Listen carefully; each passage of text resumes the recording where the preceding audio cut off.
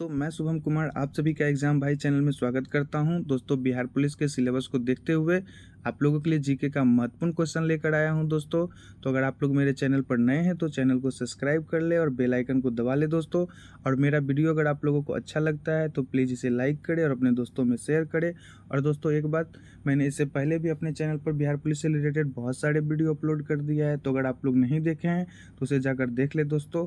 और आप लोगों के लिए वही बात कि आप लोग फिजिकल का भी तैयारी करते रहें दोस्तों। तो चलिए देखते हैं कि आज का क्वेश्चन क्या है।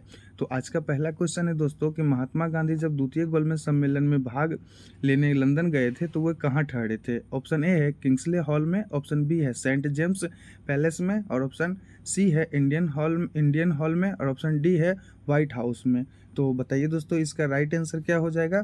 तो दोस्तों, इसका राइट आंसर हो जाएगा ऑप्शन नंबर ए। ठीक है दोस्तों, option number A Kingsley hall में ठहरे थे। ये तो दोस्तों इसका राइट आंसर हो गया। इसके अलावा जब गोलमेज सम्मेलन का बात आया है तो मैं बता दूं कि 3 गोलमेज सम्मेलन हुए थे। ठीक है दोस्तों, और तीनों गोलमेज सम्मेलन में भारत की ओर से भाग लेने के लिए डॉक्टर भीमराव अंबेडकर को चुना गया था, जो कि तीनों गोलमेज सम्मेलन में भाग लिए थे। और द्वितीय गोलमेज सम्मेलन में गांधी जी ने भाग लिया था। ठीक है दोस्तों, तो आप लोग ये पहले जान लीजिए कि तीनों गोलमेज सम्मेलन कब हुआ था। तो पहला तो 1930 ईस्वी में हुआ था दोस्तों, पहला 1930 ईस्वी में, दूसरा 1931 ईस्वी में, और तीसरा जो हुआ था 1932 ईस्वी में। ये आप लोगों को ध्यान रखना है दोस्तों। ठीक है, पहला 1930, दूसरा 1931 और तीसरा 1932। तो ये तो गोलमेज सम्मेलन का बात हो गया दोस्तों। अब गांधी जी का बात करते हैं। तो गांधी जी बताइए कि गांधी इरविन समझौता कब हुआ था दोस्तों। तो ये 5 मार्च 1931 ईस्वी को हुआ था दोस्तों। ठीक है, ये 5 मार्च 1931 ईस्वी को हुआ था। ये भी आप लोगों को ध्यान रखना है। ठीक है दोस्तों, तो दोस्तों जितना भी इससे क्वेश्चन बन सकता था मैंने बता दिया है। एग्जाम दोस्तों, मैं जो एक्स्ट्रा क्वेश्चन बताता हूँ इस पर आप लोग जरूर फोकस करें। ठीक है दोस्तों, इससे आप लोगों को एक्स्ट्रा नॉलेज मिलेगा और एग्जाम में कुछ भी पूछे तो आप लोग छोड़िएगा नहीं, हमें उम्मीद है दोस्तों। नेक्स्ट क्वेश्चन है, अंतर्राष्ट्रीय चैरिटी दिवस कब मनाया जाता है। ठीक है, ऑप्शन ए है 4 अगस्त को, ऑप्शन बी है 20 अगस्त को, ऑप्शन सी है 10 अगस्त को, और ऑप्शन डी है 5 सितंबर को। तो बताइए दोस्तों, इसका राइट आंसर क्या हो जाएगा। तो दोस्तों, इसका राइट आंसर हो जाएगा ऑप्शन नंबर डी। ठीक है दोस्तों, इसका राइट आंसर क्या हो जाएगा, ऑप्शन नंबर डी, 5 सितंबर। अंतर्राष्ट्रीय चैरिटी दिवस 5 सितंबर को मनाया जाता है। ठीक है, 5 सितंबर को भारत में शिक्षक दिवस के रूप में भी मनाया जाता है, ये भी आप लोगों को ध्यान रखना है। और 10 अगस्त को विश्व जैव विविधता दिवस मनाया जाता है, आप लोगों को ध्यान रखना है दोस्तों। ठीक है, इसके अलावा मैं और बता दूं दोस्तों, 1 दिसंबर को विश्व एड्स दिवस मनाया जाता है। तो जितने भी दिवस हैं दोस्तों वो आप लोग भी घर में हर एक महीना का उठा ले कि आज हमको जनवरी का याद करना है, कल फरवरी का याद करना है। इस तरह से आप लोग सभी महीने के याद कर ले कि कुछ भी अगर एग्जाम में पूछ ले दिवस से तो छोड़ना नहीं है दोस्तों। ठीक है, नेक्स्ट क्वेश्चन है दोस्तों, मंगल ऑर्बिटल मिशन मोम मंगलयान को किस वर्ष प्रक्षेपित किया गया था। दोस्तों, ये जो प्रीवियस ईयर का क्वेश्चन आप लोगों के लिए लेकर आए हो तो ये पुराना वाला क्वेश्चन है करंट अफेयर का, मगर ये पूछ सकता है दोस्तों। ठीक है, इसको पूछ सकता है। तो मंगलयान को कब लॉन्च किया गया था मोम को दोस्तों। ऑप्शन ए है 2012 में, ऑप्शन बी है 2013 में, ऑप्शन सी है 2014 में, और ऑप्शन डी है 2015 में। तो बताइए दोस्तों, इसका राइट आंसर क्या हो जाएगा। तो दोस्तों, इसका राइट आंसर हो जाएगा ऑप्शन नंबर बी। ठीक है दोस्तों, 2013 में इसको लॉन्च किया गया था, आप लोगों को ध्यान रखना है। यह भारत का प्रथम मंगल अभियान था, ये भी आप लोगों को ध्यान रखना है। ये पूछ सकता है कि भारत का प्रथम मंगल अभियान कौन था, तो मोम था। ठीक है दोस्तों, भारतीय अंतरिक्ष अनुसंधान संगठन का प्रयोजन थी। ठीक है, ये आप लोगों को ध्यान रखना है। और आप लोग को और मैं बता देता हूँ कि चंद्रयान 1 को कब छोड़ा गया था दोस्तों, तो इसे 2008 ईस्वी में छोड़ा गया था। ठीक है, ये आप लोगों को ध्यान रखना है कि चंद्रयान 1 को कब छोड़ा गया था, 2008 ईस्वी में। और किससे प्रक्षेपित किया गया था, यान का नाम बताना है। तो PSLV C11 से मैं लिख देता हूँ। ठीक है दोस्तों, किससे छोड़ा गया था, PSLV C11 से प्रक्षेपित किया गया था, आप लोगों को ध्यान रखना। इसके अलावा मैं और एक चीज़ बताता हूँ दोस्तों कि मंगलयान आंध्र प्रदेश के श्रीहरिकोटा स्थित सतीश धवन अंतरिक्ष केंद्र से ध्रुवीय उपग्रह प्रक्षेपण PSLV C25 से प्रक्षेपित किया गया था। ठीक है, मैं ये भी लिख देता हूँ किससे किया गया था, PSLV C25 से प्रक्षेपित किया गया था, आप लोगों को ध्यान रखना है। ठीक है दोस्तों, तो दोस्तों जो भी मैं बता दूं बस ध्यान रखना है, आप लोग टेंशन लेने का जरूरत नहीं है। मैं जितना करवा दूंगा कि आप लोगों को एग्जाम में कोई प्रॉब्लम नहीं होने वाला है। नेक्स्ट क्वेश्चन चलिए देखते हैं दोस्तों क्या है। निम्नलिखित में से किस वंश की शासिका रानी दिद्दा थी। ठीक है, ऑप्शन ए है कारकेट वंश, ऑप्शन बी है लोहार वंश, ऑप्शन सी है चंदेल वंश और ऑप्शन डी है उत्पल वंश। तो बताइए दोस्तों इसका राइट आंसर क्या हो जाएगा। तो दोस्तों इसका राइट आंसर हो जाएगा ऑप्शन नंबर डी, ठीक है, उत्पल वंश का। ठीक है दोस्तों, क्या इसका राइट आंसर हो जाएगा कि रानी दिद्दा किस वंश की थी, तो उत्पल वंश की थी। आप लोगों को ध्यान रखना, उत्पल वंश में क्षेमेंद्र गुप्त 1950 ईस्वी में गद्दी पर बैठा था, ये भी आप लोगों को ध्यान रखना है दोस्तों। ठीक है, तो ये क्वेश्चन के बाद नेक्स्ट क्वेश्चन देखते हैं क्या है। नेक्स्ट क्वेश्चन है दोस्तों, पाकिस्तान की पहली महिला प्रधानमंत्री कौन थी। ऑप्शन ए है बेनजीर भुट्टो, ऑप्शन बी है शेख हसीना वाजिद, ऑप्शन सी है हिना रब्बानी खार और ऑप्शन डी है कोई भी विकल्प सही नहीं है। तो बताइए दोस्तों इसका राइट आंसर क्या हो जाएगा। तो दोस्तों इसका राइट आंसर हो जाएगा ऑप्शन नंबर ए। ठीक है दोस्तों, कि बेनजीर भुट्टो बैठी थी, आप लोगों को ध्यान रखना, पाकिस्तान की पहली महिला प्रधानमंत्री बेनजीर भुट्टो थी। ठीक है, याद रखना है। इंदिरा गांधी भारत की पहली महिला प्रधानमंत्री थी, ये भी आप लोगों को ध्यान रखना। और भारत की पहली महिला राज्यपाल कौन थी दोस्तों, तो सरोजनी नायडू, बहुत बार एग्जाम में पूछता है, आप लोगों को ध्यान रखना है दोस्तों। और श्रीलंका की पहली महिला प्रधानमंत्री कौन थी दोस्तों, तो श्री मावे भंडार नायके थी, ये भी आप लोगों को ध्यान रखना। और मार्गरेट थैचर यूनाइटेड किंगडम की पहली महिला प्रधानमंत्री थी। तो जो भी पूछ ले दोस्तों, आप लोगों को एक्स्ट्रा क्वेश्चन पर ध्यान देते चलना है। ठीक है दोस्तों, नेक्स्ट क्वेश्चन है फोरबिडन सिटी कहाँ स्थित है। ऑप्शन ए है वियतनाम में, ऑप्शन बी है म्यांमार में, ऑप्शन सी है ग्रीस में और ऑप्शन डी है चीन में। तो बताइए दोस्तों इसका राइट आंसर क्या हो जाएगा। तो दोस्तों इसका राइट आंसर हो जाएगा ऑप्शन नंबर डी, कहाँ स्थित है, चीन में स्थित है।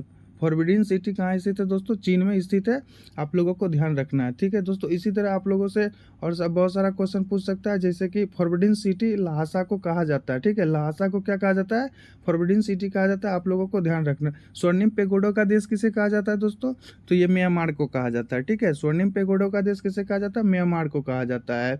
इंटरनल सिटी किसे कहा जाता है, जिसे होली सिटी भी कहते हैं दोस्तों, तो ये रोम को कहा जाता है, आप लोगों को ध्यान रखना है। ठीक है, ग्रेनाइट सिटी किसे कहते हैं दोस्तों, तो ये स्कॉटलैंड को कहते हैं, स्कॉटलैंड को कहते हैं, आप लोगों को ध्यान रखना है दोस्तों। मैं जो एक्स्ट्रा क्वेश्चन बताता हूँ उस पर आप लोग जरूर फोकस करें। नेक्स्ट क्वेश्चन है दोस्तों, क्या भारत में गरीबी अनुमानों का आधार है। ऑप्शन ए है प्रति व्यक्ति आय, ऑप्शन बी है प्रति व्यक्ति व्यय, ऑप्शन सी है परिवार का उपभोग व्यय, ऑप्शन डी है उपयुक्त में से कोई नहीं। तो बताइए दोस्तों इसका राइट आंसर क्या हो जाएगा। तो दोस्तों इसका राइट आंसर हो जाएगा ऑप्शन नंबर सी, इसका राइट आंसर हो जाएगा परिवार का उपभोग व्यय। ठीक है, आप चलिए नेक्स्ट क्वेश्चन देखते हैं क्या है। एक दिवसीय अंतर्राष्ट्रीय मैच में किस क्रिकेटर ने पहली बार 3 दोहरे शतक बनाया। ऑप्शन ए है चेतेश्वर पुजारा, ऑप्शन बी है विराट कोहली, ऑप्शन सी है MS धोनी और ऑप्शन डी है रोहित शर्मा। तो बताइए दोस्तों इसका राइट आंसर क्या हो जाएगा। तो दोस्तों इसका राइट आंसर हो जाएगा option number D, Rohit Sharma. अगर आप लोग क्रिकेट देखते होंगे तो कोई दिक्कत ही नहीं होगा ये क्वेश्चन करने में, और जो नहीं भी देखते हैं उसके लिए मैं उसको बताऊंगा कि एक दिवसीय अंतर्राष्ट्रीय मैच में किस क्रिकेटर ने पहली बार 3 दोहरा शतक लगाया था। तो दोस्तों ये रोहित शर्मा लगाए थे, आप लोगों को ध्यान रखना है दोस्तों। ठीक है, एक दिवसीय अंतर्राष्ट्रीय मैच में दोहरा शतक सर्वप्रथम किसने लगाया था दोस्तों, तो ये सचिन तेंदुलकर लगाए थे, आप लोगों को ध्यान रखना। और अभी तो दोस्तों इंडिया की तरफ से बहुत सारे लगा चुके हैं, जैसे सबसे पहले सचिन तेंदुलकर, वीरेंद्र सहवाग, रोहित शर्मा, सुमन गिल और ये एक और है दोस्तों, उसका नाम थोड़ा ध्यान नहीं आ रहा है। ठीक है, आप लोगों को ध्यान रखना है कि बहुत सारे अभी लगा चुके हैं। नेक्स्ट क्वेश्चन है दोस्तों कि राजस्थान में शरीर पर चित्र गुदवाने की प्रथा प्रचलित है, एक जनजाति में यह प्रथा अधिक लोकप्रिय है, वह जनजाति कौन सी है। ऑप्शन ए है गरसिया, ऑप्शन बी है भील, ऑप्शन सी है सहरिया और ऑप्शन डी है मीना। तो बताइए दोस्तों इसका राइट आंसर क्या हो जाएगा। तो दोस्तों इसका राइट आंसर हो जाएगा ऑप्शन नंबर बी, भील जनजाति जो है वो चित्र गुदवाने के लिए प्रचलित है, आप लोगों को ध्यान रखना है। भील भारत की सबसे बड़ी जनजाति है, ये भी आप लोगों को ध्यान रखना है दोस्तों। ठीक है, जो मुख्य राजस्थान के छत्तीसगढ़, गुजरात, महाराष्ट्र आदि राज्यों में पाए जाते हैं, आप लोगों को ध्यान रखना है। ठीक है दोस्तों, नेक्स्ट क्वेश्चन है दोस्तों, निम्नलिखित में से कौन सी नदी बंगाल की खाड़ी में नहीं गिरती है। ऑप्शन ए है गंगा बेली नदी, ऑप्शन बी है पेन्नाड नदी, ऑप्शन सी है महानदी और ऑप्शन डी है ब्राह्मणी नदी। तो बताइए दोस्तों इसका राइट आंसर क्या हो जाएगा।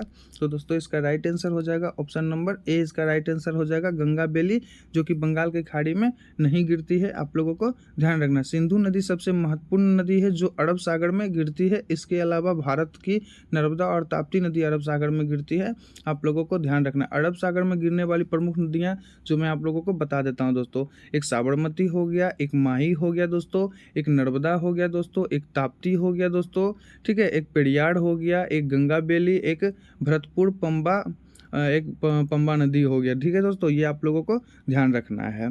और दोस्तों मैं ऊपर जो बता रहा था कि क्रिकेट में एक और मारे थे दोहरा शतक, तो वो ईशान किशन है दोस्तों। यानी कि भारत की ओर से टोटल कितने खिलाड़ी मार चुके हैं, तो आप लोग ध्यान रखिए कि एक सचिन तेंदुलकर हो गए दोस्तों, वीरेंद्र सहवाग हो गए दोस्तों, उसके बाद रोहित शर्मा हो गए दोस्तों, सुमन गिल हो गए दोस्तों, और एक ईशान किशन हो गए। तो टोटल 5 व्यक्ति ने भारत की तरफ से, ये भी पूछ सकता है आप लोगों से कि भारत की तरफ से दोहरा शतक लगाने वाले अभी तक कितने व्यक्ति हैं, तो ये टोटल 5 हैं। आप लोगों को ध्यान रखना है दोस्तों। नेक्स्ट क्वेश्चन है, विधान परिषद साधारण विधेयक को अधिक से अधिक कितने समय तक रोक सकती है।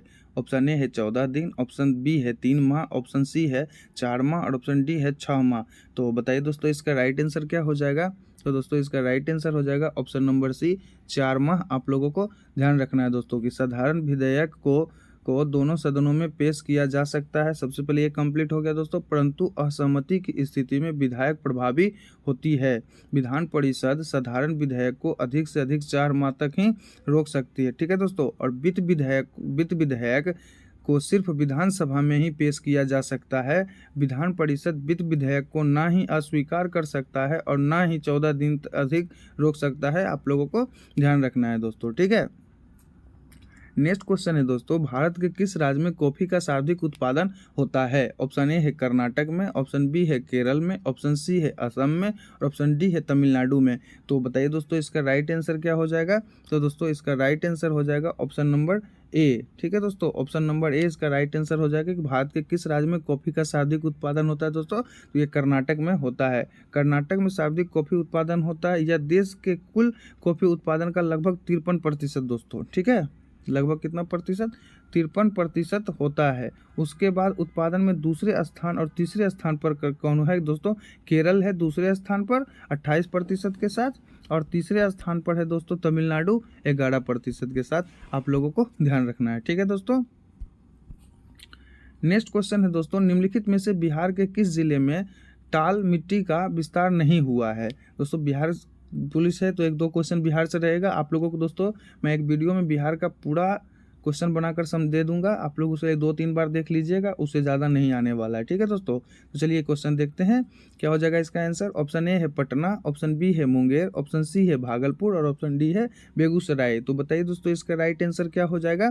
तो दोस्तों इसका राइट आंसर हो जाएगा ऑप्शन नंबर डी, बेगूसराय। ठीक है दोस्तों, गंगा नदी के दक्षिण में निम्न भूमि के क्षेत्र हैं, जिसमें बाढ़ तथा वर्षा का जल भर जाने से यह निम्न भूमि के क्षेत्र जलमार्ग हो जाते हैं, जिसे टाल या ताल क्षेत्र कहते हैं। ठीक है दोस्तों, टाल की मिट्टी गंगा नदी के दक्षिण में बक्सर से भागलपुर तक 8 से 10 किलोमीटर की चौड़ी पट्टी के रूप में पाई जाती है। तो कहाँ नहीं पाई जाती है दोस्तों, तो बेगूसराय में नहीं पाई जाती है। आप लोगों को ध्यान रखना है दोस्तों। नेक्स्ट क्वेश्चन है दोस्तों, निम्न में से कौन सी जनजाति अरुणाचल हिमालय में नहीं पाई जाती है। ऑप्शन ए है मोनप्पा, ऑप्शन बी है डम्फाला, और ऑप्शन सी है अब्योर, और ऑप्शन डी है टोडा। ठीक है, तो बताइए दोस्तों इसका राइट आंसर क्या हो जाएगा। तो दोस्तों इसका राइट आंसर हो जाएगा ऑप्शन नंबर डी, टोडा। ठीक है दोस्तों, यह पर्वत क्षेत्र भूटान हिमालय से लेकर पूरब में दीफू दर्रे तक फैला हुआ है। ठीक है दोस्तों, इस क्षेत्र में पश्चिम से पूरब में बसा हुआ कुछ जनजाति मोनपा, डाम्फा, अरबोर, मिसनी, नीसी और नागा हैं। ठीक है दोस्तों, अब वृद्ध हिमालय की घाटियों में भूटिया जनजाति पाई जाती है। आप लोगों को ध्यान रखना है दोस्तों।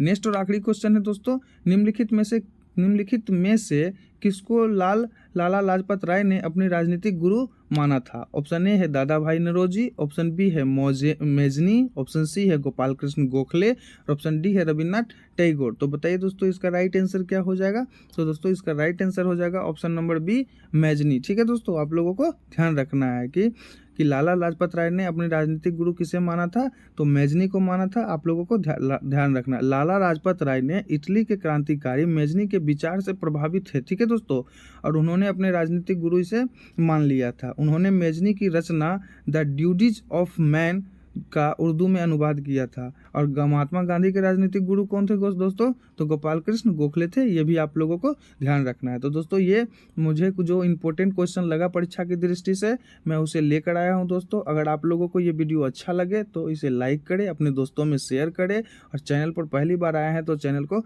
सब्सक्राइब करें। धन्यवाद दोस्तों।